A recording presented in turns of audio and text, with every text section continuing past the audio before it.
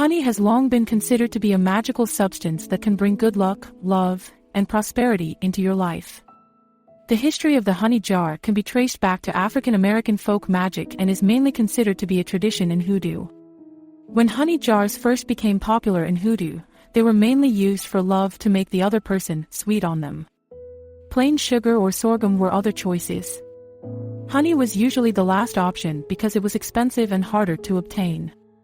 The point of a honey jar is to make your condition, and the people involved sweeter, more accepting, forgiving, tolerable, generous, or loving. It is considered to be slow and steady magic, not one that delivers fast results.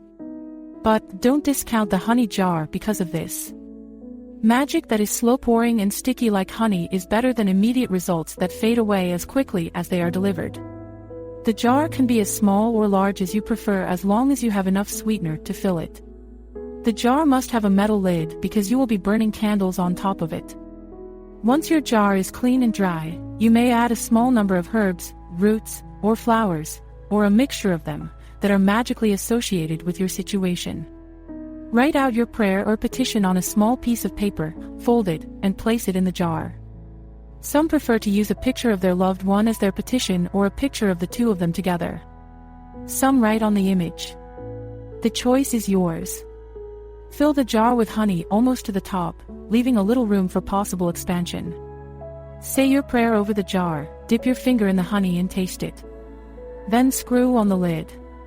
Other items that can go in a honey jar: anointing oil, personal concerns, hair, fingernails, etc. Small charms, coins or medallions. Honey jars are not meant to be one-time spells. They are continuously worked by lighting candles on top of the jar. You may dress your candles or leave them plain since your magical ingredients are already inside the jar. It is perfectly fine to use a candle holder, although some choose to warm the bottom of the candle and stick it in place in the center of the lid. When you first create your jar, light a candle every day on it for the first week or so. After that, you can back off to lighting a few times a week. Some workers light candles on their jars every day for months or even years to keep the work going and the energy building. May your honey jar bring you all the things you ask for and desire.